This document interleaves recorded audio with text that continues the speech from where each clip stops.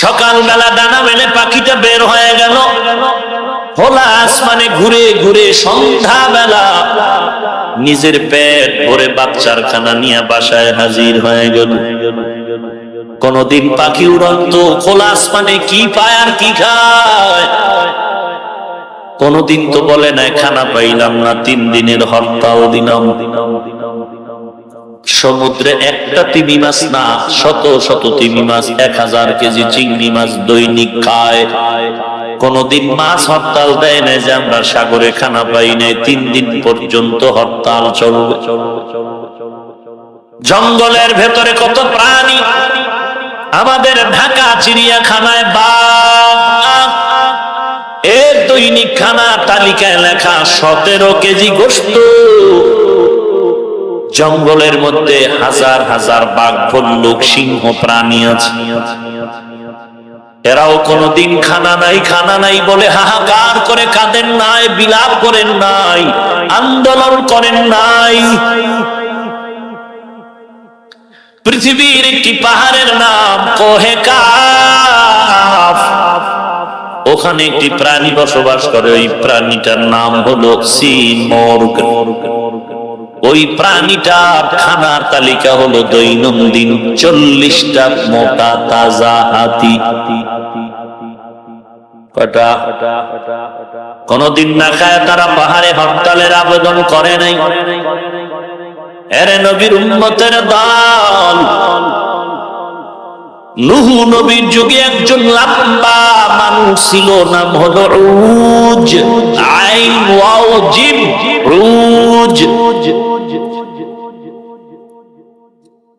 এই উজ প্রায় 6 কিলোমিটারের কাছাকাছি লম্বা ছিল। এই উজ মাল ইখতিলাফ, কম হতে পারে, বেশিও হতে পারে, কম হওয়াটাই বাঞ্ছনীয়।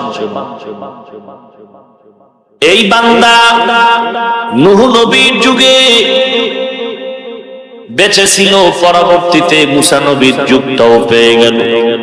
মুসা নবী খবর পাইলেন এমন একজন বান্দা আছে লম্বা বান্দা। মুসা নবীর কাছে খবর নেওয়ার জন্য লোক পাঠাইল উজ। শুনলাম নাকি আমার রাজত্বের মধ্যে আবার একজন নবীর আগমন হয়েছে, ঘুরে দেখো কেমন। কয়েকজন নেতার মাথা দেখে নেতা পাঠায় দিল। এরে নবীর উম্মতের দল, পয়গম্বর মুসা নবী উজের খবর পেয়ে লোক পাঠায় দিল, 12 জন লোক পাঠায় দিল, 12টা বংশের থেকে 12 জন নেতা। উজের কাছে যাওয়ার পর এরা হাঁটুর কিনারায় ভরে রইল। উজে 2 হাত দিয়া 6 জন দইরা পকেটের ভেতরে প্যাকেট করে ফেললে। বাড়িতে গিয়া কয় ম্যাডাম এটির আগুনে ঘুরে আলা। ম্যাডাম বলে কারা? বলে শুনলাম নাকি মুসা নামের এক নবী, তার উম্মত। বলে পুরলে তো ফয়সালা হবে না, এদের পাঠায় দেন, আপনার বরত্বর গুণগান গিয়া সেখানে বলবে। কে সে? সকাল বেলা যা খাইতো প্রায় 1200 রুটি লাগতো তার নাস্তা। কে খাওয়ায়? সমুদ্রের হাজার প্রাণী না খাওয়ার কারণে আন্দোলন করে নাই। খোলা আসমানের ভেতরে উড়ন্ত পাখিরা না খেয়ে আন্দোলনের ডাক দেয় নাই। জঙ্গলার প্রাণীরা না খেয়ে আন্দোলনের ডাক দেয় নাই। এ বনিয়াদম, খাইতে পারো আধা পোয়া 250 গ্রাম, চেঁচামেচি করো 3 কেজি নিয়ে, কারণটা কি? আল্লাহ তো ওই প্রাণীর থেকে তোমার সম্মান বাড়িয়ে দিয়েছে। তোমার মতো দামি আর কেউ নাই। ওয়ালাকাদ কাররামনা বানি আদম ওয়া হামালনাহুম ফিল বাররি ওয়াল বাহরি ওয়া রাযাকনাহুম মিনাত তাইয়্যিবাত ওয়া ফাদ্দালনা আলা কাসীরিম মিম্মান খালাকনা তাফদীলা। দেখা যা কুরআন মে আয়ে মুহতারম মুস্তাফা কি উম্মতে খায়রুল উমাম। মানুষ কেন খানার জন্য হরতাল করে, মানুষ কেন খানার জন্য অবরোধ করে, ধর্মঘটার আন্দোলন করে, মানুষ কেন না খায় মরে যায়? জঙ্গলার হাজার প্রাণী কেউ না খাইয়া কবরস্থ হয় নাই, মরেও যায় নাই। মানুষ হলো সৃষ্টির শ্রেষ্ঠ এক জাতি, এরা কেন না খাইয়া ধুকে ধুকে কষ্ট পায়? শ্রেষ্ঠ জাতি মানুষ কেন বেতনের জন্য আন্দোলন করে? শ্রেষ্ঠ জাতি মানুষ কেন না খায়া বটগাছ তলা বয়া সার্টিফিকেট নিয়ে কান্না করে বেকার বেকার বেকার? আছে না নাই? সরকারের গালি দিস না, যারা দিছো তওবা কর, তওবা কর। সরকারের বিন্দু থেকে বিন্দু কোনো দোষ নাই। আলুর দাম সরকার বাড়ায় নাই, তুমি আঙ্গুলের টিপ দিয়েই বাড়িয়েছো, তুমি বাড়াইছ। সরকারের গালি দিও না, নিজের দোষের দিকে তাকাও। এরে আল্লাহর গোলাম, মানুষ কেন না খায় মরে? জঙ্গলার হাজার প্রাণী, সমুদ্রের প্রাণী না খায় মরে না কেন? আল্লাহ ওদের যেই ডিউটি দিয়েছেন সেই ডিউটি ওরা পালন করে, গাদ্দারি করে না। এজন্য ওদের যা পাওয়ার দরকার তা আল্লাহ মেইনটেনেন্স করে দেয় জায়গা মতো, সময় মতো। মানুষ কেন ঠিক মতো খাইতে পারো না, পাও না? কারণটা কি? একমাত্র কারণ আল্লাহ যে তোরে ডিউটি দিয়ে জমিনে পাঠাইছেন, ওই ডিউটি পালন না করে তুই উল্টা আমার আল্লাহর সাথে গাদ্দারি করো।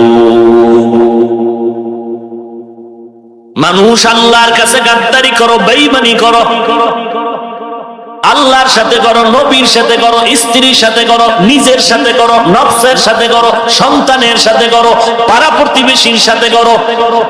কার সাথে না করো? আল্লাহর বানানো গাছের ফলের সাথে করো, গাছের সাথে করো। আল্লাহর বানানো ফল মানুষ অনায়াসে খাবে, শরীরের ভিটামিন পরিপূর্ণ হবে, কিন্তু এই ফলটারে তুই নিজে গাদ্দারি করে ফরমালিন দিয়া মানুষের খানার অনুপযুক্ত করে আজকে সৃষ্টির শ্রেষ্ঠ গাদ্দারের খাতায় নাম লেখায় দিয়েছো। যেই আল্লাহ ফল দিলেন মানুষের উপকারের জন্য, একটা মাস জিহ্বাটা একটু আটকায় রাখ।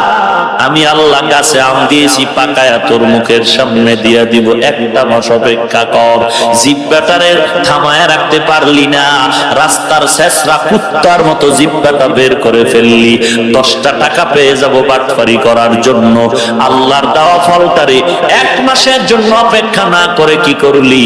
এই ফলগুলোতে ফরমালিন দিয়া লাভ করলি। এক ট্রাকে 5,000, এক ট্রাকে 50,000, এরকম লাভ করে করে কি হলো? মাছ বাজারেও ভেজাল, প্রত্যেকটা জায়গায় ঢুকলেই ভেজাল, ঢুকলেই ভেজাল। ভেজাল দিয়া মানুষের ক্ষতি করে তুই আরামে থাকলেও তো কলিজা ঠান্ডা হতো। না না, আরামে তো থাকতে পারলি না রে বাবা। নিজের ছেলে মেয়ে স্ত্রী নিয়ে ভেজাল ভেড়া চাকায় পড়ে আছো। আবার ধরা খাইলে কালো পোশাকের বেতের বাড়িতে 3টে রাখে যদি 1.5 লক্ষ টাকা লাভ করতে পারো, কালো পোশাকওয়ালার বেতের বাড়িতে 5 লাখ টাকা জরিমানা, জেলখানার মেহমান 5 দিন। তুই কত বড় বেহায়া! তোর লাজ আর কবে হবে রে বেহায়া? তোর লাজ হবে না, কুত্তার লাজ হতে পারে, তোর লাজ হবে না। এত বেতের বাড়ি খাইয়াও আবার সেই পায়খানা মুখে নাও। যেই ফলটা আমার বাচ্চা খাবে কলিজা ঠান্ডা হয়ে যাবে, এই ফলটা বাচ্চাকে খাওয়ানো মাত্র বাচ্চা দ্রুত গতিতে অসুস্থ হয়ে গেল। আল্লাহ মানুষের আসমান দিয়ে তো খানা দিছিলেন, সেই ঘটনা কি ভুলে গেছো? মুসা নবী ফেরাউনের সাথে যুদ্ধ করে রওনা, লোহিত সাগর পাড়ি দিয়া যখন তিহি ময়দানে হাজির হয়ে গেলেন, খোলা আসমানের মধ্যে আল্লাহ তাআলা আসমান থেকে রিজিক দিচ্ছেন, মান্না, সালওয়া, হালুয়া আর ছোট ছোট